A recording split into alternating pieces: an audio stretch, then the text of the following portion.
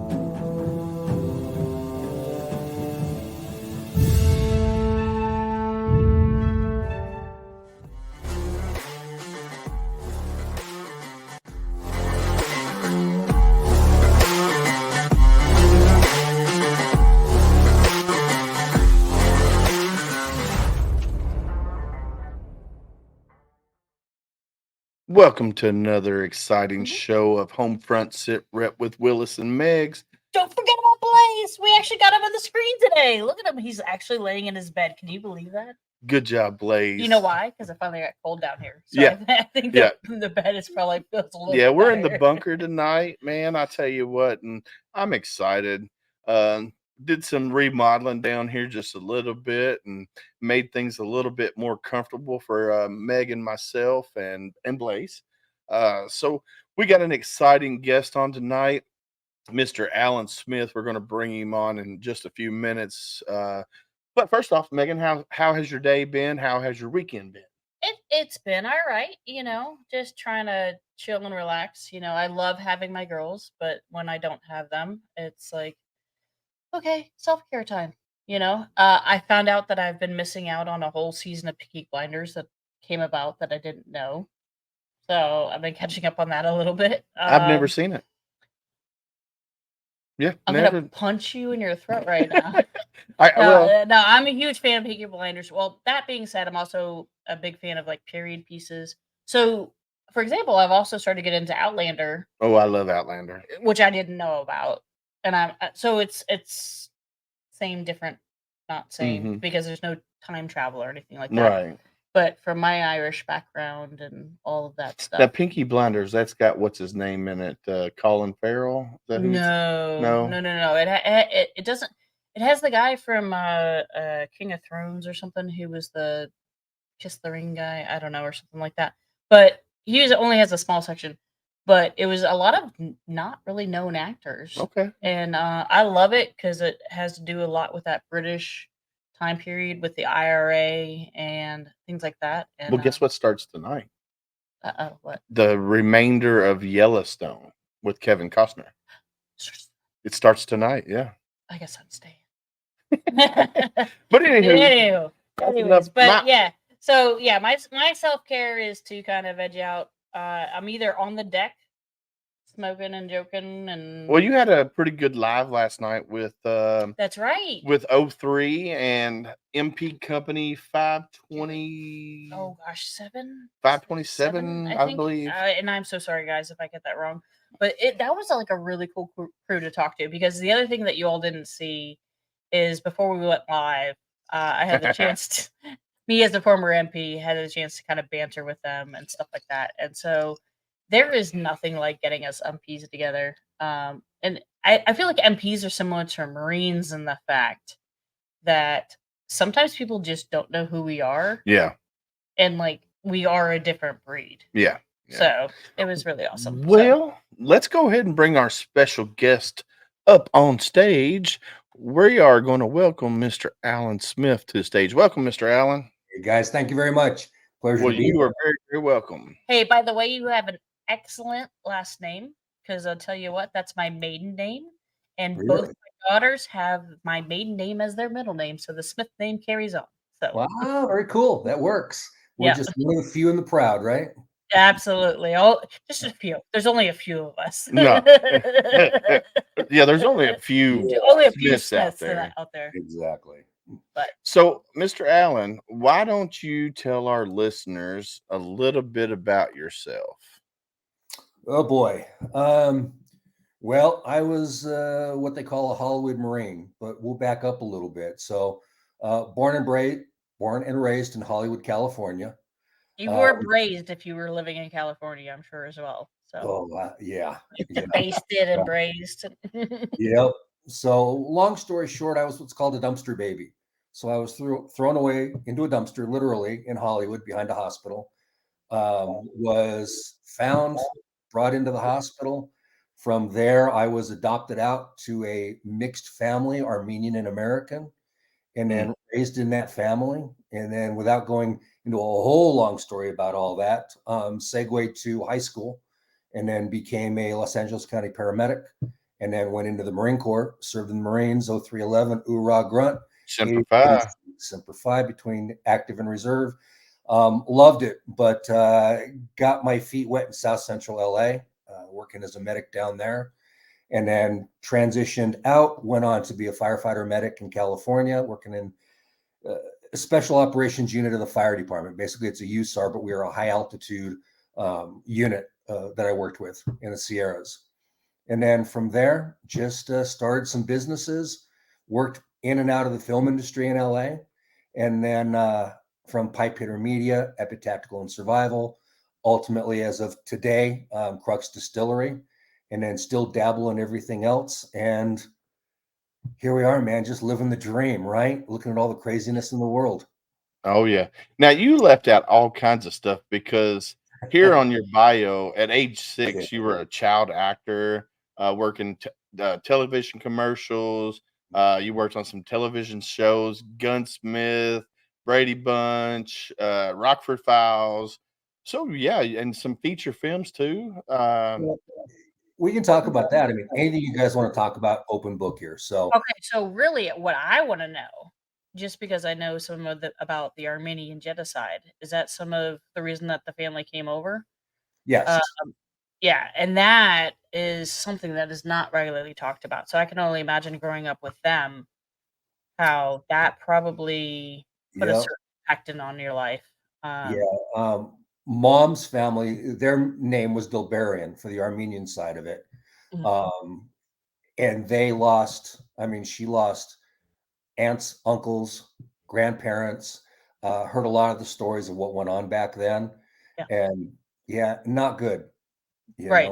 But I'll But I tell you, can imagine that probably helped light a little fire under your ass about like, okay, seeing something that's not good and then going into maybe I don't know, but I just know that a lot of people don't talk about, and I've been fortunate and unfortunate enough to know some of the stories about some of the Armenians that have struggled, who struggled for many many years to kind of get out of the situation that they were in, and some of the paths that they took. So it's very interesting to hear somebody being adopted by an Armenian family. So yeah, very true. And I mean, on that note, one of the things that I really admired, and I call them my parents. They raised me. They're my parents. mhm, I have friends that are closer than family per se, and I'm sure we all have that to some extent. But mom had friends that were Turkish.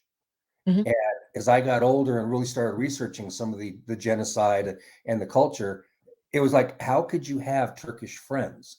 But she came from, and they came from the attitude that let's learn from our past. Let's not repeat it in the present or the future.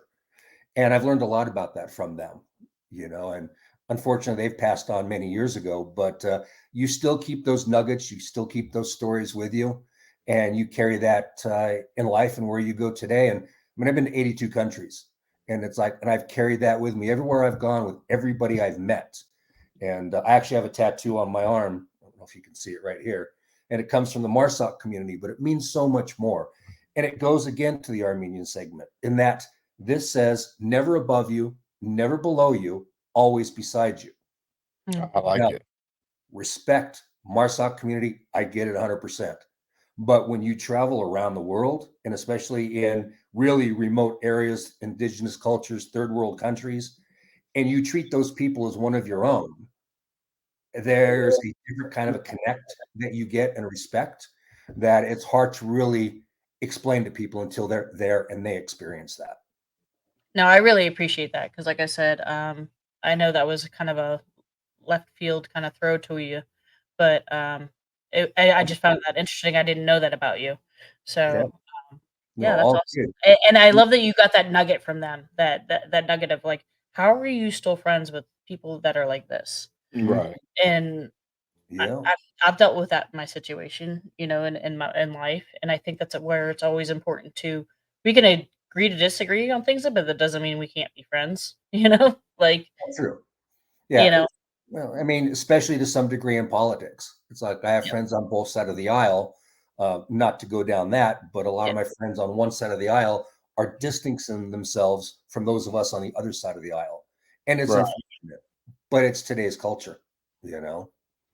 Right. And it's so when you're talking about that, I don't I'm not left, I'm not right. I'm right in the middle when it comes to my political beliefs and stuff. And uh so yeah, people are just crazy nowadays. They are 100%. But I mean, let's talk about crazy. I mean, segueing back to what you said about, age 6 as a child actor, I like to refer to that as slave labor. Oh, And yeah. I mean, literally, how that came about was my dad was a big band musician. So he played with Dorsey and actually was in Vietnam with Bob Hope and did the USO tour and all oh that. man, okay. And through his connections, for whatever reason, they're like, hey, let's put this kid in commercials. So, yeah, I did. My first one was Armor Hot Dogs commercial in Griffith Park in Los Angeles. Going around eating hot dogs, singing the damn song, which is still stuck in my head today. You know, but and then it just what do you know at 6, 7, 8, 9 years old? You go Yeah. where your parents tell you you're going to go. But it is something that did blossom. It is something that I look back and say was really beneficial at the time. Ended up being on an Oscar winning film called Chinatown with Jack Nicholson. Oh, yeah. Yeah, and I was the child that found the dead body in the wash I with know Nicholson and Faye this Dunaway. you're about. So Yeah. yeah.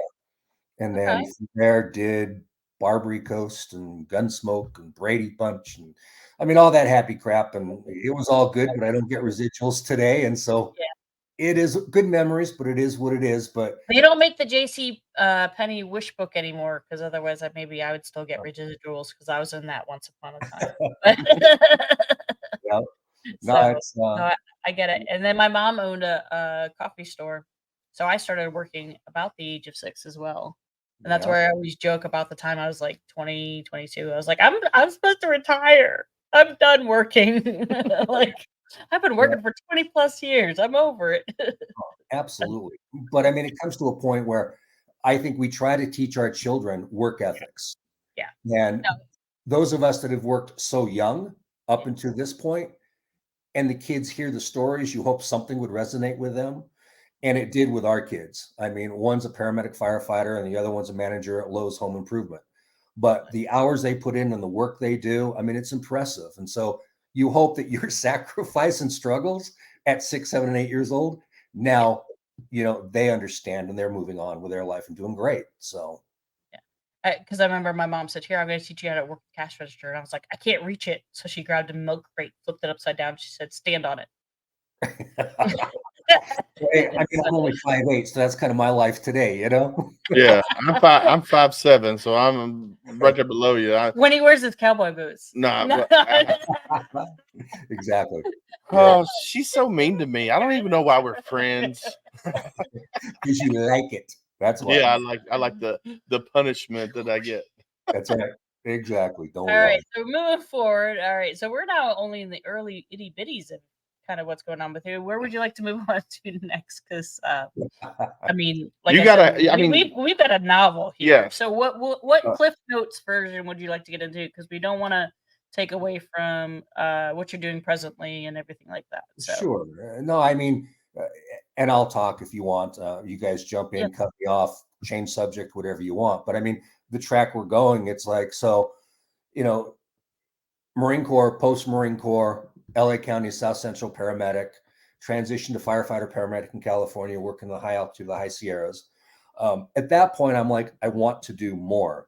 And so you start looking at your training in the Marine Corps, and then you start looking at your medic experience. And then growing up in Hollywood, I was like, I want to somehow get back in the industry, and I'm not quite sure how. So what I ended up creating was a company that did indigenous cultures, hostile territories, and third world countries.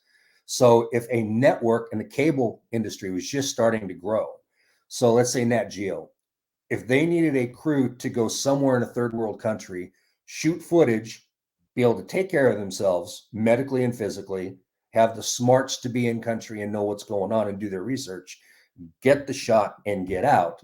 At that time, guys, I mean, there was no one doing that. And so that's where I created. And then so going from the fire department working 10 days a month to what we were doing here, it kind of went hand in hand. And so we had an opportunity to create a film production company and really go in the documentary genre and do some documentary films that have literally changed the face of the military. We can talk about that at any time. But one of them is Rescue Men, the story of the P.L. Lifesavers, that has, in many ways, I'm going to use the word fundamentally changed the makeup of the Coast Guard. So it's been cool. Okay. So a little bit of background about me. A lot of the listeners know I was Army MP, and I was trained in combat support. And next thing I know, I get plucked from my unit as a reservist. I got plucked from my unit to then I thought I was going to Iraq with another unit as a combat support MP. And it wasn't until I was already up in it. So I was in the DC area, went up to Pennsylvania, and we were there for a few days. And then all of a sudden they were like, ha ha ha, just kidding. You're going to Guantanamo. Oh, So then we had to go train for a month at Fort Dix to be corrections officers. right. So did that, and then went down to Guantanamo for, I think it was like 362 days, because if we went through 365, we would have gotten a lot more benefits, and they made sure that didn't happen. Exactly. But honestly, once you're an MP and you get that corrections identifier, that's all you're ever going to do. And God bless anyone that can do corrections. It's just not my cup of tea. Like when I did combat support, that was my thing. I was a civilian police officer, so that's the equivalent of doing garrison. That's great. Right. Either one of those, don't mind. But I literally, nope. I felt as caged. And I know obviously I had more rights than they did, and I had more ability than they did. But I'm actually even in a book from a detainee that was released, quoted as, he never realized how much sometimes we felt as caged as they were. Wow.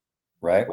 You know, and I even joked with him at one point, because you want to have a rapport. It's kind of like what you were just talking about. So that was the thing with the detainees. I'm not the judge or jury, right? I'm not the one that put them there, and I'm not the one that gets to decide whether they leave there. As long as while they're there, they follow the rules and they treat me respect, then we're good. We're kosher, you know? Yeah. And that's how I always reacted anytime I was on duty. And so with this one detainee, I told him, I said, you know what? You're probably going to leave here before I do. And that motherfucker sure as shit did. And so I ended up being on his escort out to the airport to leave. Wow.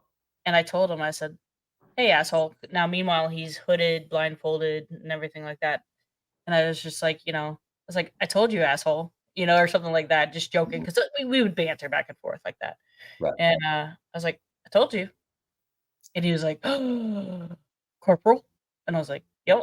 He's like, I was like, yeah, you're going home, buddy. And he was like, you were right. And I was like, but I didn't know. I had zero intel on that or anything like that. But it was just one of those things that I was like. And then later on, he wrote a book, and he did keep me rather anonymous as far as in the part of the book. But he's directly quoting me as far as that was my biggest thing. Is like, as long as I didn't put you there, and it's not my job to get you out of here. But while you're here, I'm doing a job. You're supposed to follow the rules, and as long as that both of those things happens, then we're good. We're good. Yeah, I get that. Absolutely. But yeah, no, that was that was kind of interesting how you mentioned that earlier. But yeah, God bless anybody that does corrections. But yeah, so then I transferred to the Coast Guard, Mm-hmm. and then that's where I did port security and maritime enforcement because Nice. I was done with corrections.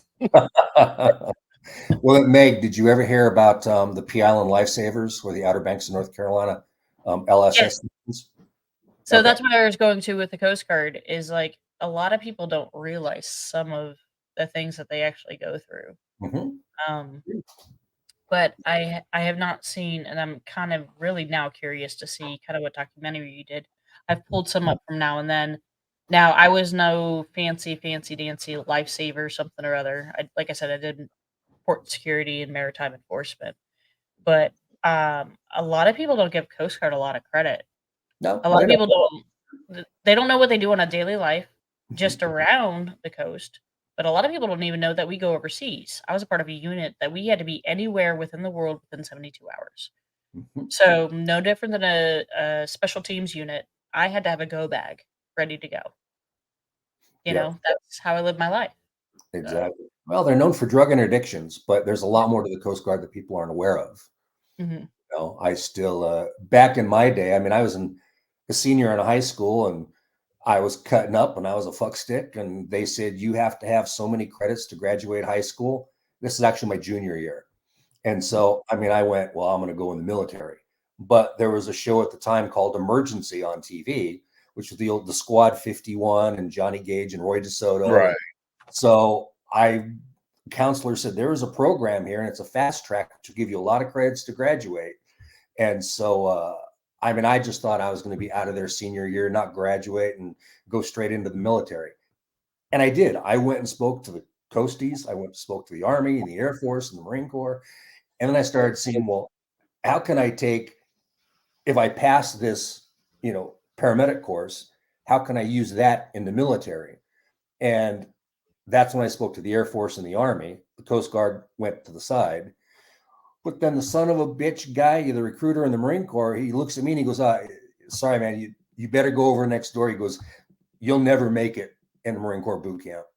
He goes, we're the badass of the badass. Well, and that's a challenge because I was the guy in high school that if you picked on a bully, I was going to be there kicking your ass or at least trying to. And it was like, so when somebody says that to you, it's like, bring it on. Yeah, bring it on. And you're dumb and the rest of it, but Yeah. and Yeah, full of it. Yep. Yeah. And so I mean, senior year, I flipped, I enlisted in the Marine Corps and went in 5 May 1980 and never even went to my high school graduation. Oh man. Wow. Yeah, I was forward focused. That's what it was going to be. So it's so funny you say that because I started to join the Coast Guard initially, and then my recruiter was kind of like a jerkhead, and then it was the Army recruiter that came up to me, and he goes, "Do you realize as a female you can go in through MPO sit?"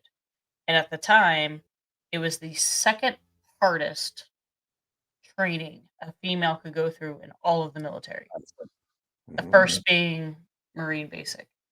Now it had to be MPO sit, not just Army Basic. Right. So, because the difference between MPO sit and regular Army Basic is day one of basic training, you are with nothing but people that are trained to be MPs, and they hold you to the standard day one. Well, that's awesome. They're talking about like back in the days where we had to actually have like iron our uniform, like our camis, with starch and shit, and have spit shine boots. Right. Day one, we had. I to know have all that. about that. Yeah. So all these guys with their back to 1980. I mean, our guys were Vietnam era, still active duty in the Marine Corps, and they didn't give a shit who you were. I mean, they would fuck you up and bitch slap you every single day, and they got away with it. Yeah. Oh, our drill sergeants were 100%. They are, so every drill sergeant is also an MP, and they told you to your face, like I'm talking about poking your nose, going, "You will not graduate if I don't think that you can have my back." Yeah. Oh, the Marine Corps, they beat the tar out of you back then. I mean, that was the little version of it. Yeah. Okay. But David, it's like how Meg treats you. It's like once you're in boot and they're treating you that way, it's like, I got you, bring it on. Yeah, yeah. Break me. Now we had a drill instructor, Sergeant Brown. this guy was like 5 foot nothing, really. And like when he'd come up and he'd get in your face, and his friggin' hard hat was just hitting you in your chin or your neck, and we just couldn't Well, help for but you, it'd be your forehead. Though, uh, but we couldn't help but laugh at the guy. And unfortunately, I think he got recycled as a drill instructor because we had no respect for him because Yeah. he laughed or we laughed at him because of his stature and his just voice. He didn't have the drill instructor voice a Marine that you would think a Marine would have. Right. And so I think he did wind up getting recycled back to DI school or whatever. I don't know whatever happened to the guy. Um, but yeah, being in Marine Corps boot camp, man, it was See, that's funny because like lots of times, like the shorter the stature, like freaks me out a little bit more. Like we had a female drill sergeant Wriggle Booty. I'll never forget her name. wriggle booty. Wriggle Booty. She was 5'2". Okay. Maybe 5'3", but I think I had a good inch on her. But it'd be one of those things. Same thing with the brim of the cap in your face. Now she was one of those. I also kind of like to say she was like a spider monkey. You never Yeah. knew where the fuck she was at. And so she was, and you just didn't mess with her. Like you just knew that if you did something wrong, she was so far up your ass, she was coming out of your throat before you knew it. Like you just didn't mess with her, Now later on in training, again, because we did OSA training, so we've been together for 10 weeks now or whatever it may be. She started to do this one thing where there's like this little, I don't know what kind of tree it was outside the DFAC. And so we'd go in for our meals. And obviously, no matter what, you always have to do the greeting of the day whenever you see a drill sergeant or somebody higher ranking. And so it used to be she would hide up in the tree. So as soon as you're done eating, you come out and you start to file into your formation. Well, the tree is right by the door. So right as you come out the door, you don't realize she's right there. So all of a sudden you hear, "Stop!" And all of a sudden you just lock to, and you're like, "Fuck!" And you're in parade rest. You're not allowed to like turn your head. Right. But then we started to pick up on, "Good afternoon, Drill Sergeant Rigger. Carry on." And so then all of us that are facing the DFAC doors were like, try to like nod our head like, Yeah, catch them as they're coming out. So then it became funny for her because she wouldn't do it all the time. So then there was lots of times where a lot of us would come out of the DFAC doors, and then all of a sudden we just stop, put our cover on, and before we get called out, we're looking around, and then we carry on. So, but that was the great thing about it is once we earned her respect. But prior to that, oh my God, she was scary as fuck. Right. But she had the right amount of it, So. Right. But again, she was teeny tiny, So. But see, you never forgot her. No. Oh God, no. Will not to the day that I die. Yep. And God bless her. And she was a huge inspiration for me, especially at being a female in an MP unit. Like when I went to my unit, I was one of only 8 females out of 200 and some odd men. Wow.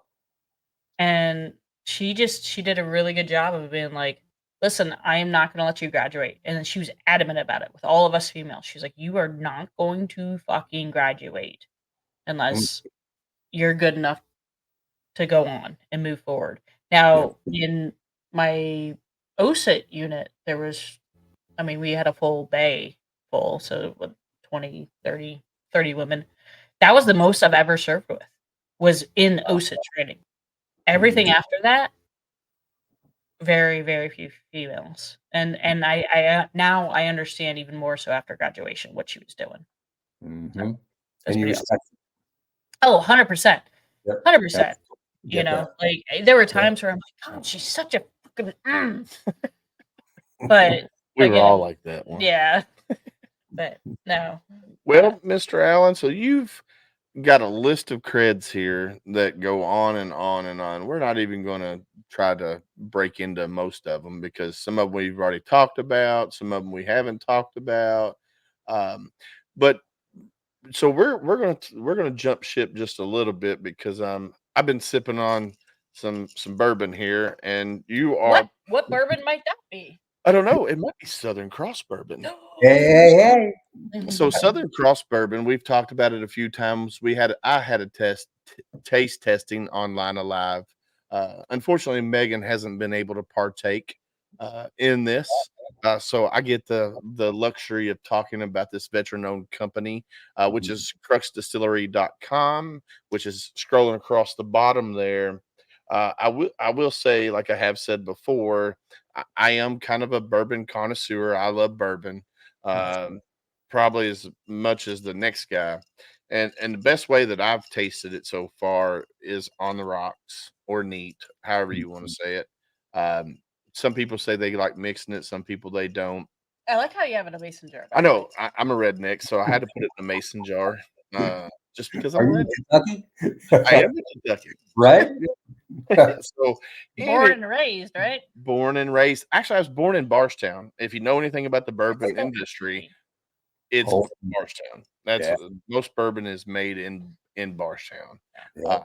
So what led you to start co-owning a bourbon distillery? And where does the Southern Cross come from, and so forth on your end? Yeah, it's a company made out of tragedy, to be honest with you guys. And how that happened, we have to go back almost 7 years now. That there was a helicopter that crashed outside of Navarre, Florida, and killed several raiders at that time. So what we did was we put together a raider march. So from Navarre, Florida, up to Stone Bay, Camp Lejeune, 700 and almost 900 miles actually, nonstop, 24 hours. The teams, we went up there, raised funds along the route, and the funds benefited our foundation, which is the Brothers in Arms Foundation. And so that happened. We raised money. It was a great cause, great everything. And then, I mean, not even a short time later, we had a C-130 out of Itabena, Mississippi, that literally broke in half and came down to the ground, and went ahead and killed another group of Army, some Sarks, and Raiders. And so again, through at the time, Gunnery Sergeant Nate Harris, now a Master Sergeant, but he put the team back together and said, look, guys, we got to come together at Itabena. We're going to ruck march from Itabena back to Stone Bay, just like we did in Navarre. So we did that, and public was outstanding. We raised funds on both the Navarre tragedy as well as the Itabena tragedy. We produced a documentary on each, known as the Marine Raider Memorial March. For Itabena, it became known as the Yankee 72 for the C-130. We did that, and that was all great. But like anybody with a foundation or anybody that works to raise money, especially in a nonprofit situation, where do you raise the money for a cause based on a tragedy? Where do you go next? The money is there, and then it's going to dry up. How do you tell people, please, we need more funds? So knowing Destiny Flynn at the time, her husband was unfortunately lost in the Navarre incident. So I got to know Destiny then. Danny Dreyer, who's an active duty at that time Raider, got to know him. So when this tragedy struck again with the Yankee 72, we all came back together. We did the ruck marches. I filmed the ruck marches. We put the documentaries together. Money was raised. But you have this span where you're like, okay, the funds are drying up. We're trying to help the Marines and SARCs, Navy medics, in the special operations community, those that are in need. And it was really difficult. So based on a connection that I had in Durham, North Carolina with a master distiller, what Marines don't like to drink bourbon, right? Or drink in general. Right. So we got together as a team and we're like, look, what if we created a bourbon company? I mean, an actual physical distillery. And so we spoke to our master distiller buddy, and he's like, look, here's what I can do for you. He goes, I can put you in line or in the direction on how we run distilleries and how we create the juice. He said, it might be something that would work for you. It might not. So all of us jumped in, full feet, full legs, and literally we ran. I mean, we were no idea what we were doing, but we ran because we wanted to raise money for the foundation. The quicker we ran, the better we would do for our Marines in need. And so we created Crux Distillery, and our brand became Southern Cross Bourbon. And what we did was we sourced raw juice, and I call it juice, but obviously bourbon, but Right. we sourced raw bourbon. What I mean to the viewers is that comes to us at about 170 proof. Our master distiller said, look, we're going to lease you a portion of our distillery. You can store, you can bottle, you can blend, and you can ship out of our facility until you raise enough money to open your own physical distillery. But if you open a physical distillery, well, then you've got tasting rooms, then you've got the public, then you've got a lot of government regulations, and it's a nightmare, we found out. Right. So we're staying with our master distiller and his facility. And then we brought in this raw juice, and we were fortunate enough to do our research and to speak to the distillery to come up with something that was aged over 5 years. It was a high wheated 45% bourbon. And it was up to us to work with the master distiller to actually blend it down to the flavors that we wanted, the flavor profile or the mashable, as they say. And so we ended up coming to 100% or 100 proof. And again, aged 5 years, 45% wheated. Came up with our logo and our bottle. And I'll talk about that in a minute. But our name came from the World War II raiders of the era down there, to where they used the Southern Cross to navigate their rafts from ship to shore. The Crux from the Southern Cross goes for the distillery. So we wanted this to be a special operations Marine Corps focused company. And that's what it's become.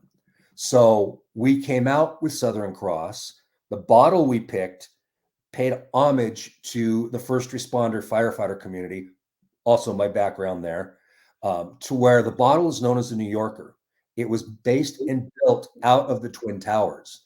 And so, I mean, David, if you hold the bottle up, people will be able to see. So side by side, that would be the Twin Towers, and the bottle is known as the New Yorker. So I love that kind of the bevel and everything that you like. correct. The Yeah. edge, like, yeah, that's Yep. So as somebody that used to visit New York City a lot, like I can totally see kind of where that's coming from. Yeah. So we got that bottle to pay homage to the first responder firefighter community, especially FDNY and 9/11.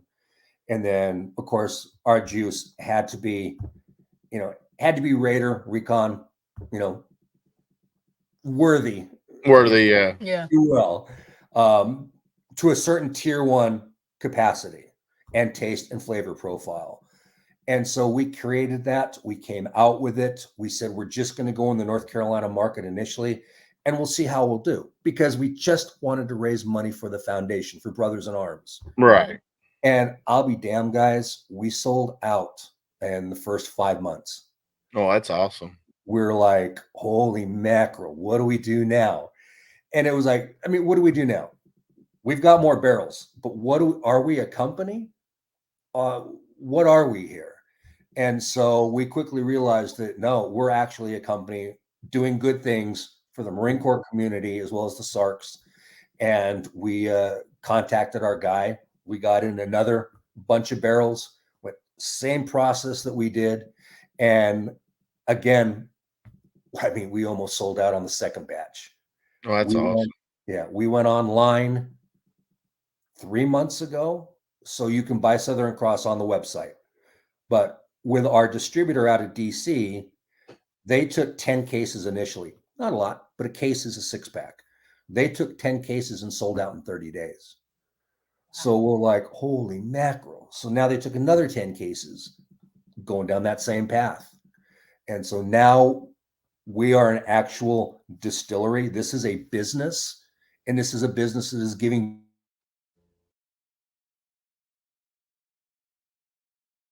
able to give everybody that buys a bottle. We need you to repeat the last You 5 froze on seconds, us. probably. Oh, So- did I? I mean, I said, It's okay. but So your DC was buying all your stuff, and then yeah. So online sold out from DC in 30 days. They took another 10 cases. We're repeating that story now. And they're down to a couple of cases left. Oh, So man. this business, really, we didn't think it was going to be a business, is something now that's going to be able and is able, we're giving back to the Marine Corps community with every bottle that is sold. So if viewers go online to Crux Distillery or SouthernCrossBourbon.com, buy a bottle, that's helping the Marine Corps community, especially the Recon Raider Sniper community. So should they go to CruxDistillery.com or a different website? Because we have two. We have CruxDistillery.com, and then people knew Southern Cross Bourbon, so we created that URL, SouthernCrossBourbon.com, which just forwards to the website. Okay, so but they can still find you because now I just want to make sure on our banner right now we have CruxDistillery.com going. Is that okay? Oh yeah, so absolutely. I have a big question. I was born in DC. Where are all these bottles in DC going? Through our online. So just being delivered there? Yeah. So Bourbon Concierge is I forgot what street. They're right in downtown DC. Okay. I mean, you're looking at the Pentagon from their offices, basically. They are a brick and mortar bourbon shop. Okay. Their online distribution platform is known as SharePour. And so that's who we license with. So when somebody goes on to CruxDistillery.com and they hit buy now, they're the ones that are shipping it because they're the ones that are licensed and have all the shipping agreements with FedEx, UPS, and all those guys. All right, DC buddies. Now, jump on. We got a question for you, Allan, because me and you have talked, and I was waiting to put this out there, but we were going to do a 2-week 10% off for anybody listening and watching to this. Did that link come through yet? Because I haven't seen it in email or anything from it's your all set up and ready to go. So we're ready to we are put ready. that out there. All right. Well, when you email that to me after a while, when we're done here, I will throw that out there as well. Because this will go live on Tuesday. That way our listeners can go online to Southern Crux Distillery and order online using our discount code of 10%. So and I think, David, the discount code is Sitrep. Is all they have. Yeah. Okay. Awesome. I'll confirm that with you, but yeah. Okay, cool. And then I got another question. I know you guys are in DC and also North Carolina, and you guys are getting ready to expand in other markets. Now, with us being in Kentucky, bourbon capital of the world, I right across the street from my house is a liquor store that I'm really, really good friends with. They bring in specialty bourbons like Russ Smith, who played for U of L, who now was in the NBA, and now he has a distillery called Mr. and Mrs. They brought them over and brought in like special bottles. Is that something that you guys are able to do? If I can facilitate that here with them, is that something you guys are able to do? Absolutely. Yeah, cool. They would have to reach out to us, and then our back end, we do what we need to do to make it happen. All right, cool. Because I'm going to make that happen because I would like to meet you and Danny up face to face, and whoever else is in charge. We had Danny on not too long ago. We're still waiting to hear back from his lawyer if everything's good to go on his end. Right. Are you still there? Yeah, I'm still here. All right, your screen froze up on us. I was like, is he still there? It's all on your end. I can see your happy smiles perfectly from this end. Yeah, your picture is just frozen. I don't know what's going on with it. So well, that's the difference between upload and download. So. True. See, you can't fix ugly either, so I'm sorry. Oh man, you're fine. I've been trying for years, and I know that's a fact. So our listeners, there will be a 10% discount code if you can go online. We're going to verify that it's Sitrep. It should go on for 2 weeks. I think it started October 1st, which we should have had you on at the beginning, so that way we could release that then. But so it'll be for 2 weeks, 10% discount. You can order it. They can bring it. They will ship it to you. Like I said, it's a nice bottle. It's really good. Tastes really good. I highly recommend it. I'm calling out James Thornton to add it to his collection. Yes, James Thornton. Because he's got quite the collection. So. But guys, let's look at this. I mean, since we're talking about it, let's just make it for the whole month of October. Let's not worry about 2 months. Oh, that's awesome. I'm good with that. I'll just have SharePour go in tomorrow on Monday, and they'll just change what they change on their Ouija board, and we'll just make it the whole month of October 10% off. That's awesome. I Thank like you it. so Thank much. you very much. That's No, incredible. Because, keeps like I it- said, I've got I know I got friends still in DC, but it would be nice to know that wow, Yeah. just that there's different ways to go in and order it. And if they're in DC, they can go directly to the Bourbon Concierge, and That's it's where on he, yeah. and they can buy it right there in the store. That's where I moved out of. Well, I was born in DC, and then all of my a lot of my MP stuff was around DC. That's where a lot of my friends are. I still go home to DC. Right. You know who we need to reach out to? Donald Bramer, Yeah, DB. He's up there. He's part of the American Freedom Fund. He runs the Bramers group. I'm sure all the polo guys would love. Oh yeah, He does polo. He's Right. schmancy like Well, that. And look at this. I mean, we were just talking about, how Crux Distillery came about and how we're using the funds. yeah. So again, when I said we didn't know where this was going to go, and now it's become a full-fledged business and a distillery. So now we're coming out with, in 2 months, a new juice called Raider Chaser Rye. And Ooh. so that's going to be an aged high rye bourbon that is based on. Do you guys know what a Raider Chaser is? Name. It sounds familiar. So that's the chicks that like to chase Marines, or Raiders Okay. specifically. Okay, I got you. Yeah, so we're coming out with Raider Chaser Rye, and it's going to be right now a sub $40 bottle that, your average, sergeant below enlisted can get on a Friday night and have fun on a Saturday night. And so that's coming out. We've also just signed Major James Capers, who's up for the Medal of Honor, very well decorated, outstanding man from the Vietnam era. And he's our new brand ambassador. And we're coming out with a Legend series, paying honor to the legends of the Marine Corps next year, right around April time. So Yeah, I'm glad you brought that up. Are you there? Yeah, I'm here. Oh, sorry about that. I'm glad you brought that up, because when we were talking with Danny, we didn't want to bring that up, but now that you're talking about it, the Legendary series, that's something I'm excited about, because, like you said, it's Major Capers is going to be one of the guys that's going to be the first thing. He's going to be a Medal of Honor winner, hopefully. And I'm excited about the Legendary series. From what I hear, it's going to be a really good blend. I'm excited.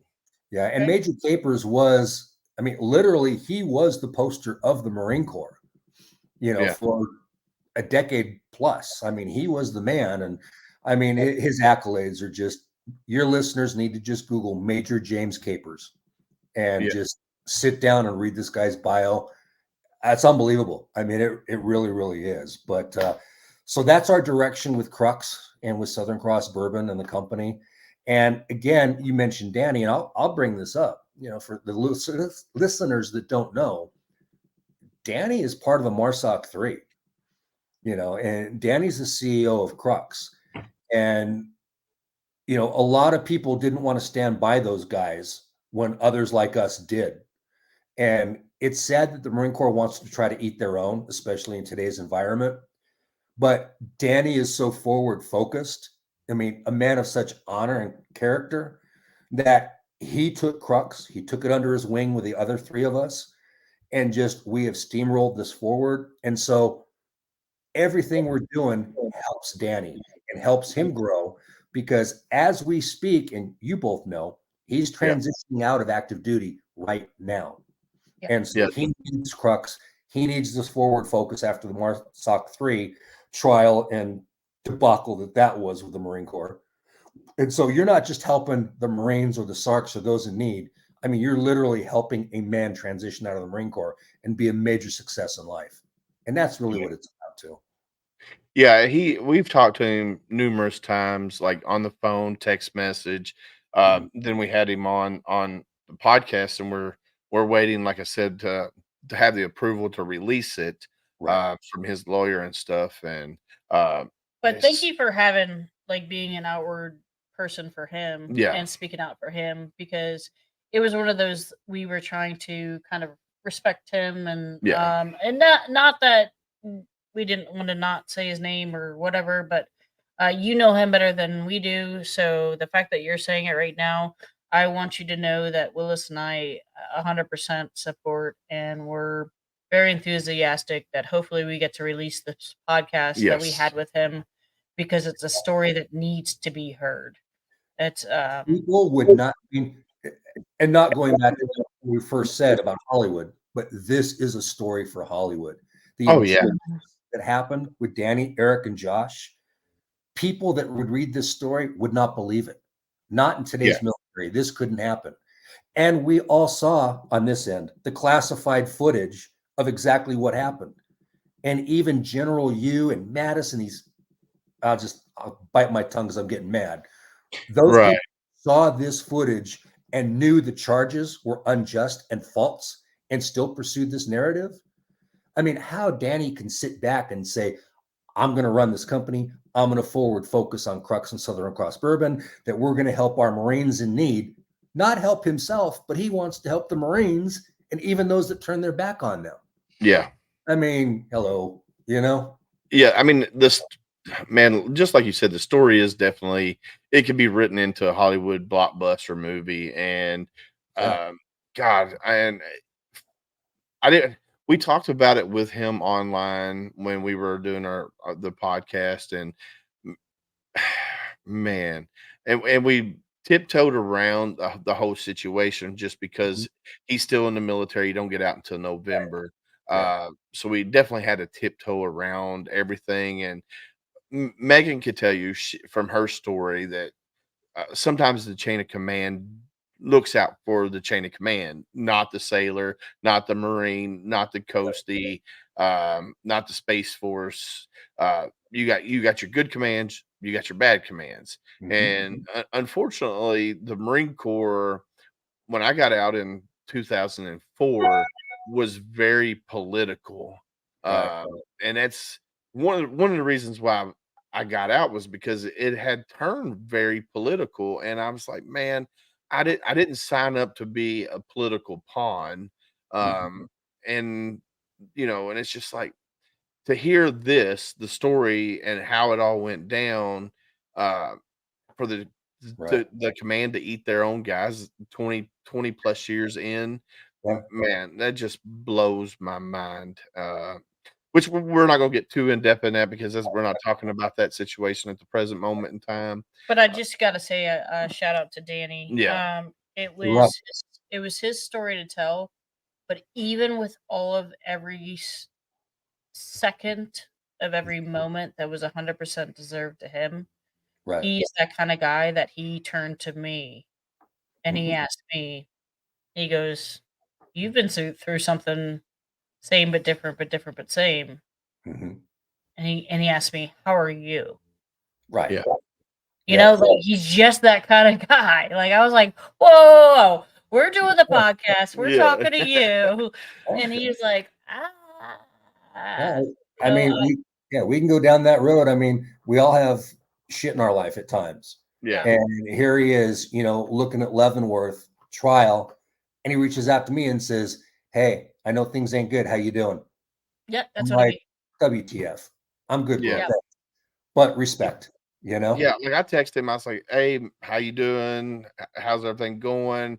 And he's like, "I'm doing good. How are you?" And I'm like, "Bro, I'm asking you the questions, not," and I'm like, "Let's go." He's But just no, he's a badass, forward focused, I mean, he should be the poster child of the Marine Corps. And for Oh, those yeah. who haven't seen this guy, I mean, he's like 6'2", just built, good looking guy. I mean, he could be in Hollywood, Oh, yeah. So, and after all this and what's gone on, maybe he will be. Who knows? Maybe. Well, I'm gonna But let's take a couple minute break here. I'm going to play our sponsors video real quick. Um, Shout out to talontalents.com. They are our sponsor, and we're going to play their little video real quick. So stand and by, then we'll Mr. Allen. hop right back on. Owner of Talon Talents here, and I just want to say that we are ecstatic to be a major sponsor of HomeFront Sitrep, a community that is ran by veterans and made for veterans. So thank you for tuning in. Talon Talents was formed in order to create a music scene that was together in the form of a collective, so that no one has to do everything on their own. And guess what? We've been doing this for free for over a year. So please go and check out Talon Talents through Facebook or through our official website at www.talontalents.com. We'd love to hear from you. Thank you again for tuning in to HomeFront Sitrep, a veteran-owned and operated podcast just for you. All right, we're back. We had to pay the bills there, man. That's all Per good. se. All right, so Alan, let's talk about something new that just came in Uh-huh. from Joy Fudge Company.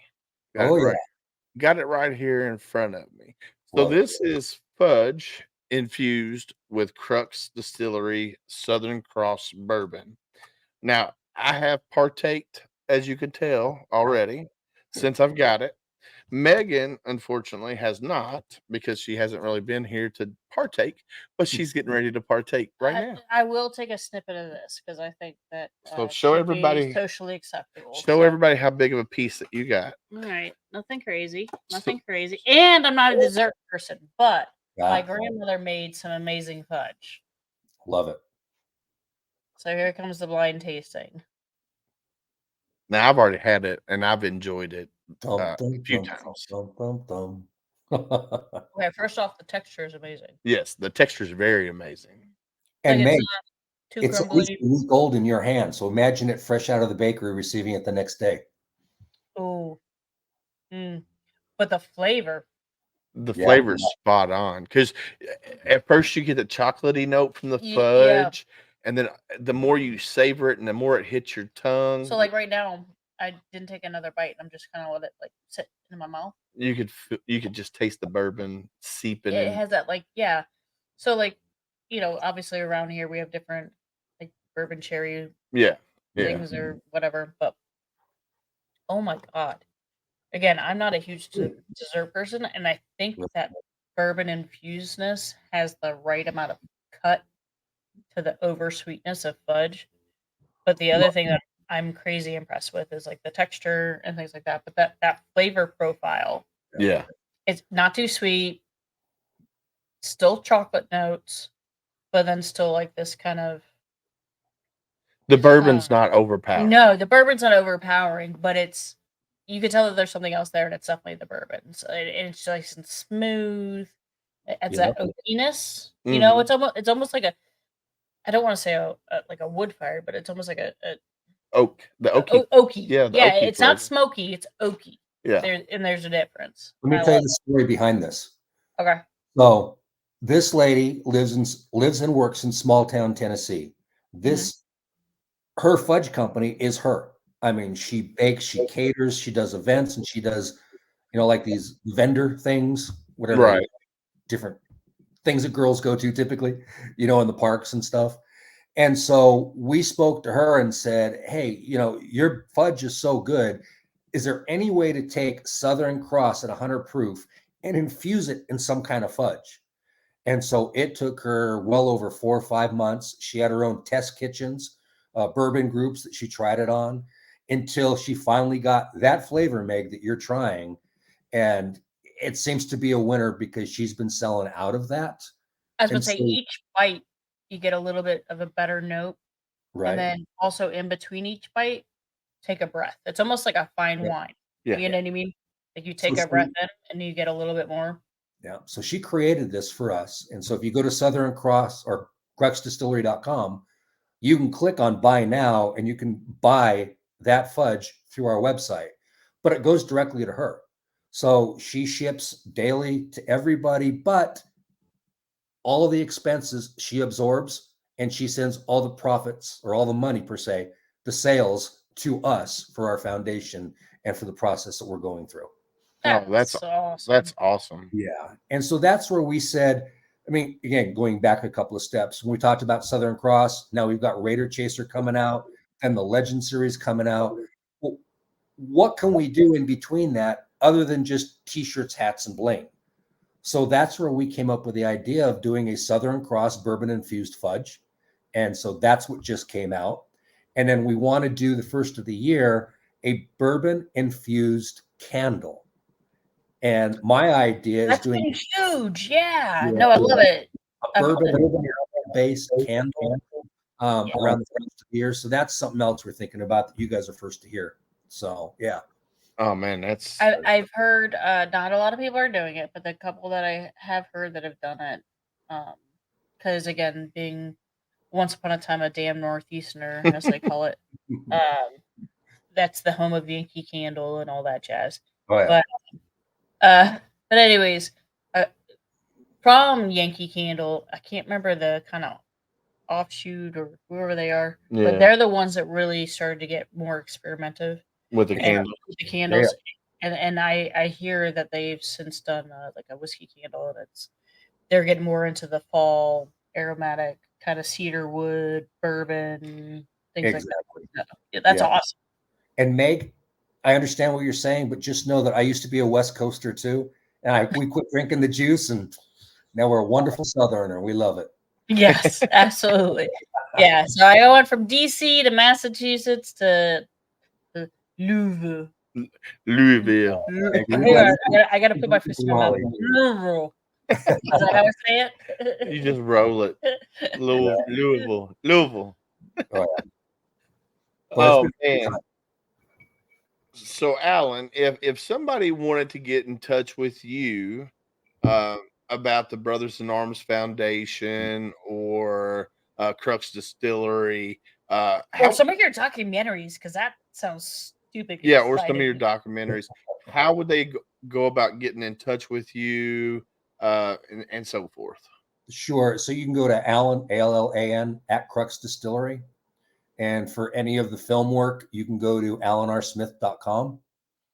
And then our sister company, which is Pipe Hitter Media. So, and any of those work. And I can link anybody into the Brothers in Arms. We now have, on that note, Raider Air, which Steve Reichert's running with Phil.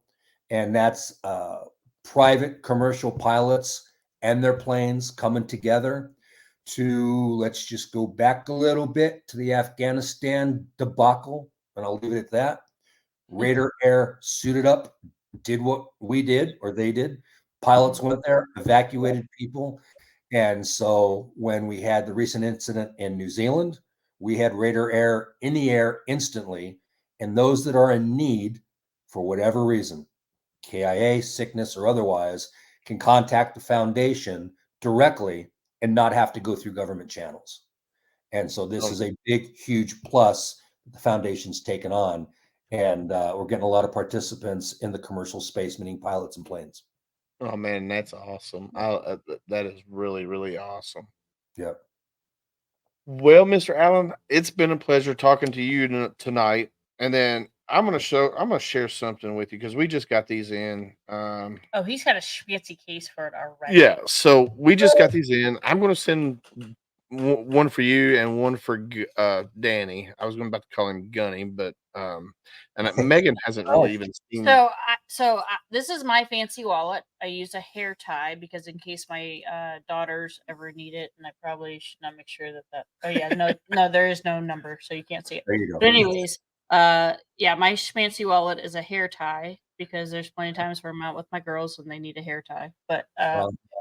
But first and foremost. So you know what a challenge coin is, right? I got them right behind me. If you can see over there. Yep. Well, your camera's frozen on our end for some reason. Oh, is it? Yeah, it's still frozen. That's too bad.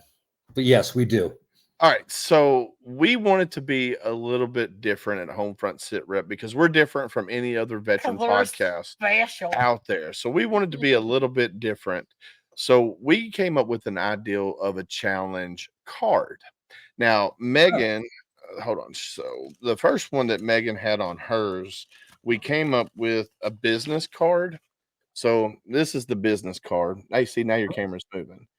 So this is the front of the business card, and then on the back it says our motto: one veteran at a time, and then it's got a naked clock with a 6 at the bottom. So so Because we got no when seats. when I ordered these were business cards, and as you can see how paper thin it is. Well, it's flexible. So I was like, man, I don't really want to use that as a challenge card or coin. Right.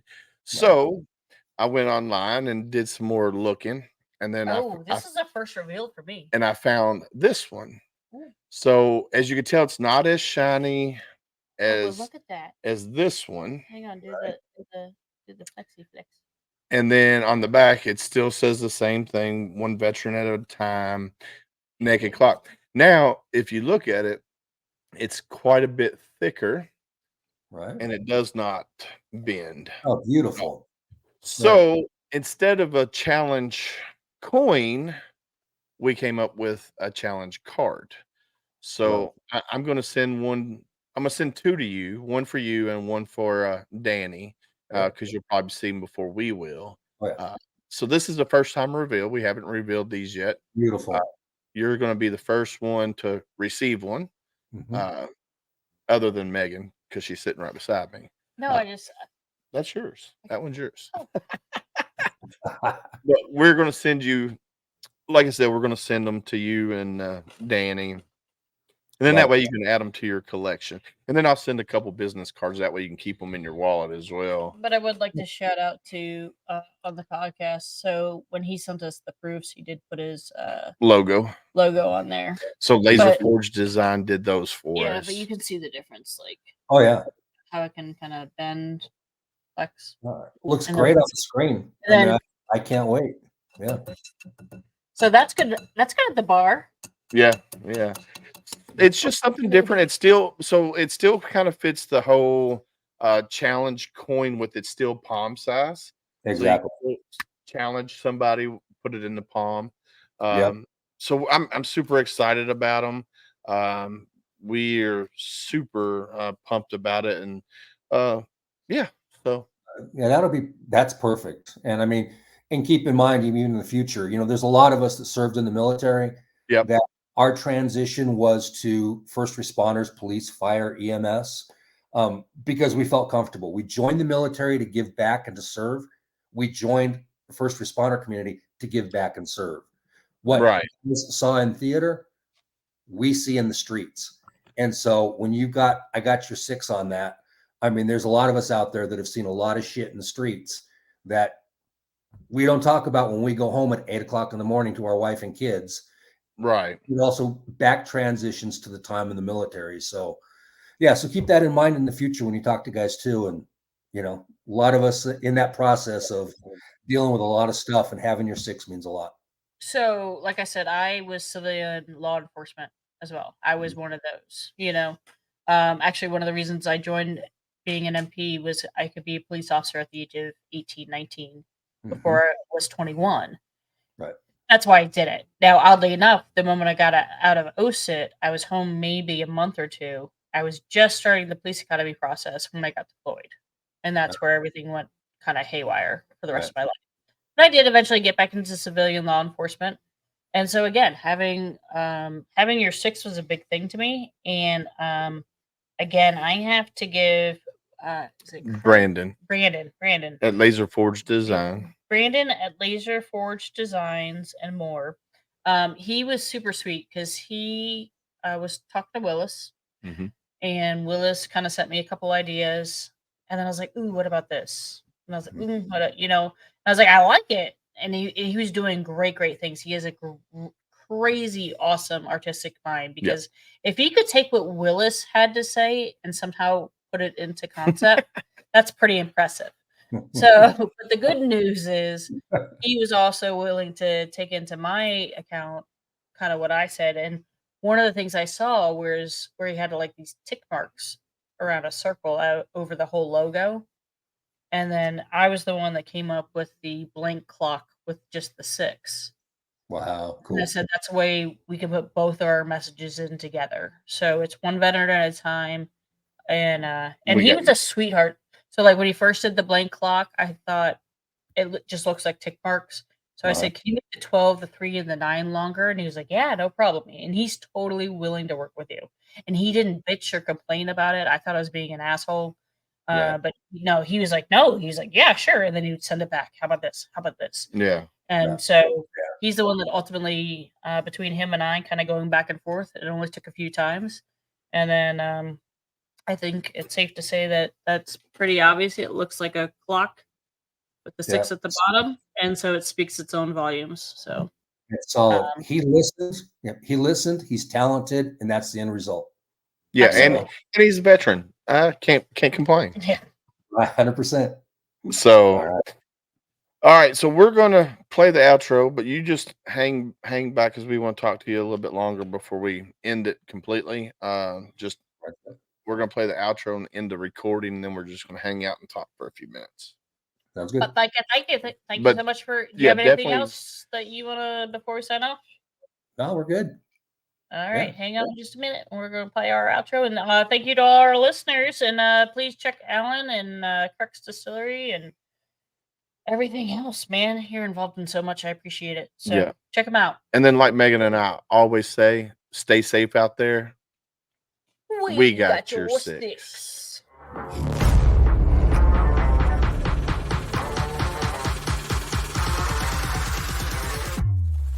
Thanks for listening. Suggestions and comments are always welcome. Discrimination will never be tolerated. Cannot wait to have another great show with you all, Don't forget, you can find us on Apple, Amazon, Spotify. or wherever you get your favorite podcast. Stay safe out there. We got your six.